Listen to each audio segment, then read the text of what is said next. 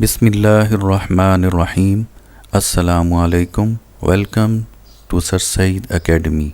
ख़त्मा की ज़ाहिरी सूरत ये होती है, यानी ये एक छोटा सा निशान होता है जिसे मैंने रेड कलर में लिखा है। इस निशान को ख़त्मा कहते हैं। अब देखते हैं कि इसका इस्तेमाल क्या है।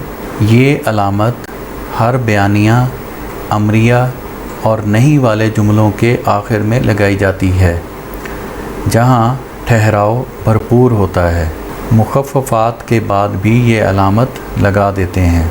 अब इसका इस्तेमाल समझ लें। बयानिया जुमला ऐसा जुमला होता है जिसमें किसी काम के वक़ूअ पज़ीर होने के बारे में बताया जाता है, और अमरिया जुमला ऐसा जुमला होता है जिसमें किसी काम के करने का हुक्म दिया जाता है, और नहीं वाले जुमले ऐसे जुमले होते हैं जिनमें किसी काम को ना करने का कहा जाता है। और इन सब जुमलों के बाद ठहराव जो है भरपूर होता है, मतलब कि वहाँ पर हम रुक सकते हैं। मुख़फ़्फ़फ़ात को इंग्लिश में एब्रीवेशंस कहते हैं। इन मुख़फ़्फ़फ़ात या एब्रीवेशंस के बाद भी ये अलामत लगाते हैं। अब हम मिसालों के ज़रिए ख़त्मा के इस्तेमाल को सीखते हैं। पहली मिसाल है, कल मैं मुआविया के यहाँ गया था। तो इसमें एक काम के बारे में सादा सा बयान है कि कल मैं मुआविया के यहाँ गया था, और देखें इसके बाद ये ख़त्मा लगाया गया है जिसे रेड कलर में लिखा गया है। ये एक छोटी सी लाइन है। दूसरा जुमला है, यहाँ आ जाओ और बैठ जाओ। अब यहाँ पर हुक्म दिया जा रहा है कि यहाँ आ जाओ और बैठ जाओ, और ये एक अमरिया जुमला है।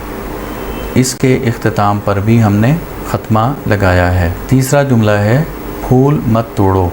ये एक नहीं वाला जुमला है, यानी किसी काम से मना किया जा रहा है, तो इसके आखिर में भी ख़त्मा लगाते हैं। नंबर 4 पर जो मिसाल है उसमें एब्रीवेशंस यानी मुख़फ़्फ़फ़ात लिखे गए हैं और उनके साथ ख़त्मा का इस्तेमाल दिखाया गया है। जैसे BSc, B फॉर बैचलर और SC फॉर साइंस। तो ये दो लफ्ज़ों का मुख़फ़्फ़फ़ है, लिहाजा हर लफ्ज़ का जो मुख़फ़्फ़फ़ है उसके बाद हम ख़त्मा लगाएंगे।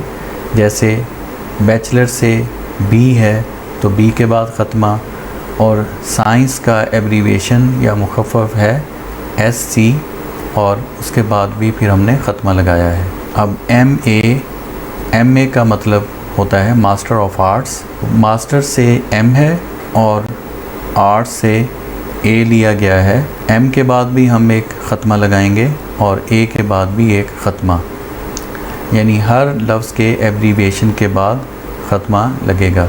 अब है PhD। तो PhD का मतलब होता है डॉक्टर ऑफ फ़िलासफ़ी। तो यहाँ डॉक्टर से D लिया गया है और फ़िलासफ़ी से PH। तो PH के बाद भी ख़त्मा है और डॉक्टर के D के बाद भी ख़त्मा है, अगरचे यहाँ इनकी तरतीब उलट है, इसी तरह इसको लिखा जाता है। तो ये था ख़त्मा का इस्तेमाल जो कि हमने इन मिसालों के ज़रिए सीखा।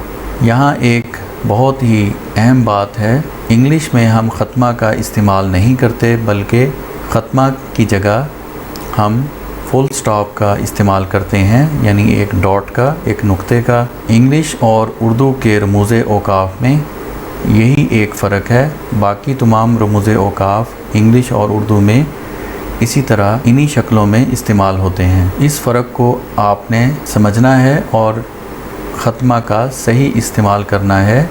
इंग्लिश में फुल स्टॉप का इस्तेमाल वैसा ही होगा जैसा कि उर्दू में ख़त्मा का इस्तेमाल है। अब एक और अहम बात यह है कि आजकल ज़्यादातर स्टूडेंट्स उर्दू में भी इंग्लिश वाला फुल स्टॉप ही इस्तेमाल करते हैं ख़त्मा की जगह पर, जो कि सरासर गलत है।